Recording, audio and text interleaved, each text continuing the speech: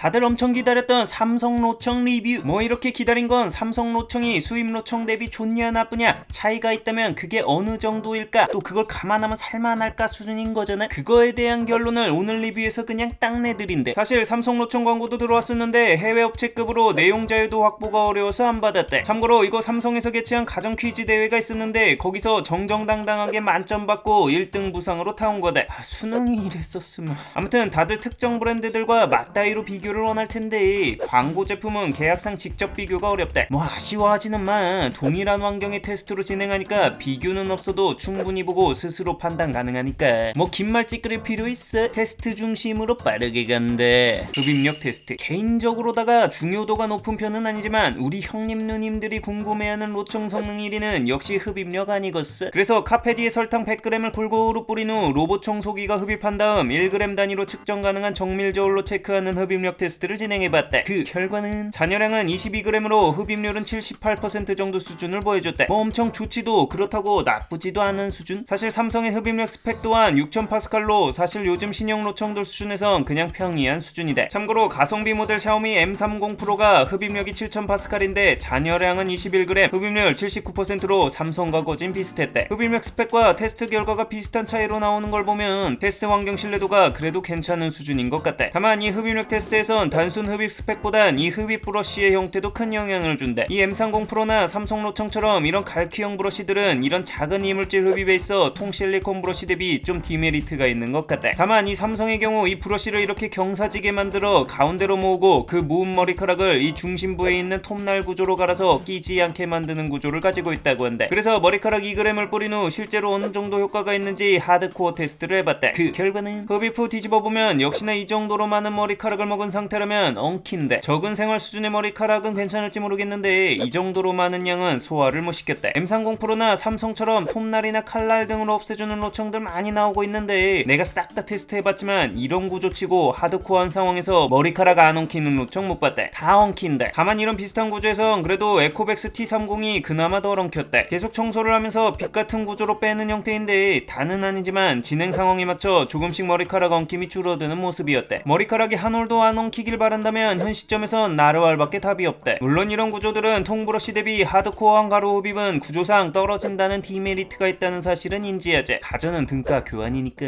흡입력 정리. 삼성의 흡입력은 스펙상으로나 실테스트상으로나 다 평이한 수준이었대. 물론 이게 하드코어한 상태라 그렇지 일반적인 집의 먼지를 없애주는 수준에서는 전혀 문제가 되지 않는다는 건 상기하재. 매일 집안의 먼지나 작은 머리카락 등을 없앤다는 로청 본연의 목적에는 충분히 부합하는 수준이대. 걸레질 테스트. 자, 삼성 최초의 올인원 청소기인 만큼 물걸레 수준이 또 중요하잖아. 삼성 물걸레 실스펙은 걸레 압력 7N에 회전력 170rpm인데 스펙상으로만 보면 이 역시 최근 로청들 중에선 평타급 수치다. 그래도 인생은 실전 아니겠어? 2cm 간격으로 뿌린 딸기잼과 가로 세로 2cm로 발라준 땅콩잼으로 걸레질 테스트를 진행해봤대. 그 결과는 딸기잼 수준은 다른 로청들과 비슷하게 한 번에 깔끔하게 잘 닦였대. 땅콩잼은 역시나 딸기잼 대비 하드한 점착력 때문에 좀 남아있는 수준인데 이 역시 최근 로청들과 큰 차이가 나 보이지는 않는 수준이었대. 조금 더 결과값에 대한 차이가 있는 테스트를 원하는데 그 데이터 값을 알려준 게 이 24시간 풀광시킨 믹스커피 자국이었대. 1차로 닦아본 믹스커피 자국의 경우 아주 조금 벗겨진 수준이었는데 2차로 닦았을 경우 약 15% 정도의 자국이 남아있었대. 2회차급에선 다 닦아주길 기대했는데 좀 남아있었던 건 현존 최상급 압력치는 10N급 이상이고 회전력도 180에서 200rpm은 나와주고 있는 최근 로청들 대비 살짝 아쉬운 스펙 때문이지 않을까 싶대. 걸레 리프팅의 경우 1cm 높이로 올라와 주는데 이건 괜찮은 수준이대. 사실 이 정도로 올려도 흔들리면 단목 카펫이라도 닿을 수 있고 더 높이 올려도 장문은 무조건 걸리는데 걸레를 스테이션에 떼어놓고 청소하는 신발 벗고 기능이 있어 비싼 카펫을 사용하는 집이라면 꽤 매력적인 기능이대. 걸레질 정리. 삼성의 걸레 테스트는 최상급이라고 보기엔 어렵고 중간 이상은 가는 수준이었대. 탑급 수준의 결과가 나오려면 실압력과 회전력이 좀 더 높아져야 되지 않을까 싶대. 회피력 테스트. 사실 개인적으로 이 제품에서 가장 기대했던 것이 이 회피력이었대. 가장 회피력이 좋다는 브랜드들도 공식 최저 회피 높이가 3cm인데 반해 삼성은 당당하게 공식 최저 회피 높이를 1cm라고 밝혔기 때문이대. 회피력은 전면 센서가 담당해서 이게 뭔가 다른가 싶어서 CES 때 잘 살펴봤는데 뭔가 렌즈가 3개처럼 보였었대. 와,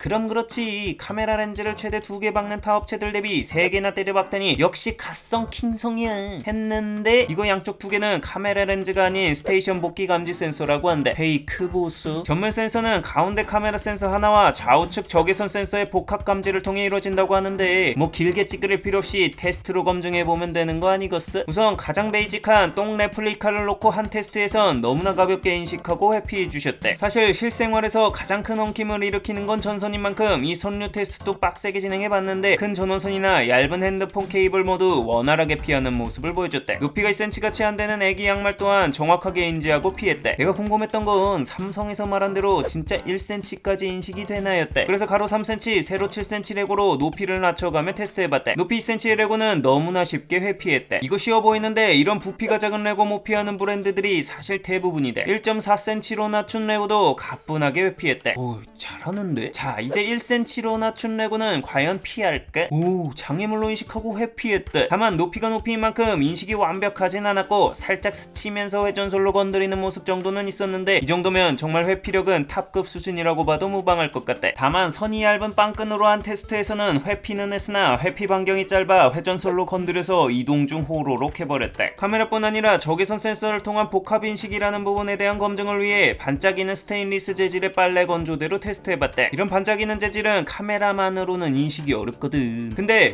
빨래 건조대도 너무나 잘 피했대. 움직이는 도중에 건조대를 놔둬도 빠르게 인식하여 회피하는 걸 보면 대응 속도도 상당한 수준이었대. 회피력 정리, 확실히 회피력은 탑급 수준을 보여줬대. 인식률 자체도 상당한 수준이고 인식 카테고리도 넓었대. 특히 업계에서 가장 낮은 1cm급 높이를 인식하는 건 정말 인상적이었대. 회피 테스트에서 개인적으로 가장 마음에 들었던 건 회피 반경이었대. 높은 민감도 대비 장애물을 인지하고 회피하는 반경이 타 브랜드들 대비 넓지 않아서 청소를 하는 사각지대가 상대적으로 적고 장애물 사이로 이동도 원활했대. 다만 1cm 감지를 위한 센서가 좀 예민하게 셋업되어 있는 걸로 보이는데 이로 인한 불편함들은 후에 단점에서 따로 이야기하도록 하겠대. 문턱 돌파 테스트. 의아용 매트나 구축 문턱같이 장애물을 돌파해야 하는 환경이 많은 국내 집 상황에서 문턱 넘기 능력은 상당히 중요한 성능이대. 다만 이 삼성의 스펙상 눈에 띄는 약점으로 보였던 숫자가 이 문턱 넘기 수준이었대. 보통 1타급 로청들의 최대 문턱 돌파 수준이 2cm인데 반해 삼성의 경우 최대 돌파 수준이 1.5cm로 좀 낮았대. 과연 실상황에서는 어떨지 미리 단위로 테스트해봤대. 10mm 정도는 우습게 넘었고 13mm도 가뿐하게 넘었대. 자, 이제 스펙상 한계인 15mm 문턱인데 오, 생각보다 수월하게 넘었대. 자, 이제 스펙 이상의 16mm를 테스트해보면 걸리긴 걸리는데 그래도 어찌저찌 탈출하며 높이 뛰기 기록을 갱신했대. 과연 17mm도 가능할지 테스트해봤는데 아예 장애물로 인식해서 못 올라가는 모습을 보이다 사선으로 정말 버둥거리면서 올라갔대. 하지만 딱 여기까지가 한계였고 18mm는 아예 넘어가지 못했대. 문턱 돌파 정리. 이 문턱 돌파 실험을 하면 보통 브랜드 공식 돌파 한계보다 실 테스트상 좀 낮은 수준이 나오는데 삼성은 오히려 공식 한계치보다 좀 더 높은 수치까지 돌파했대. 다만 그 수치가 1타급 브랜드보다는 살짝 낮은 수준인데 공식 높이보다 높은 16mm나 17mm는 버둥거리며 반어거지로 올라가는 모습이라 실생활에서 이 높이들은 아마 복불복일 가능성이 높아 보인대. 실제로 돌파 한계가 높은 브랜드들이 올라갈 수 있는 22mm급 매트의 경우 삼성은 실생활에서 청소를 돌려보니 올라가지 못했대. 문턱 돌파가 중요한 환경이라면 삼성의 경우 메리트가 좀 떨어질 수 있는 수준이대. 스테이션 테스트. 사실 이번 제품에서 삼성이 가장 공을 들인 건 스테이션이라고 생각한대. 말 그대로 로청 이름 자체가 비스포크 AI 스팀인 만큼 이 스팀으로 물걸레를 살균해준다는 부분이 홍보의 핵심이자 타 브랜드들과의 차별화 포인트였으니까.